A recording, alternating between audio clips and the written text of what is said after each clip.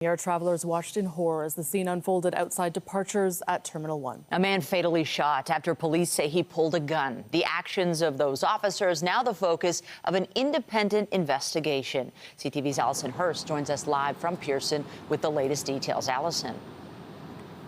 The investigation is still underway, but just in the last few minutes, we have heard that the departures area has reopened for access.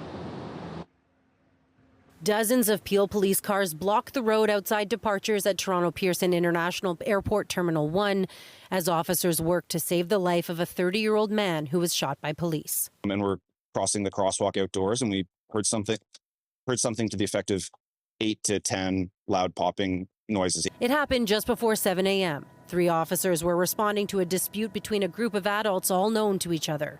Peel police say the officers tried to de-escalate the situation until a man pulled out a firearm. 3 officers did respond, but 2 officers were involved in the critical incident, so discharging their firearms. So the 2 officers are really the subject officers as designated by the SIU. The man was pronounced dead on scene. None of the officers were injured. The province's Special Investigations Unit has been assigned to the case. They say the man was in distress and did not fire his gun.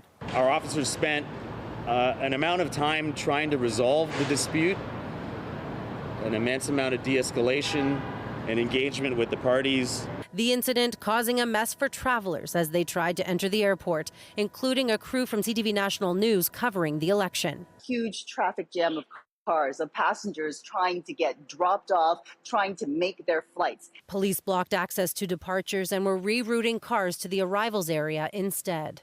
What we saw were officers basically assisting passengers, leading them up the rampway to get into the airport so they can make their flights. According to Pearson Airport, flights were not impacted, but all travelers were required to enter and exit by Terminal 1 arrivals while investigators were on scene.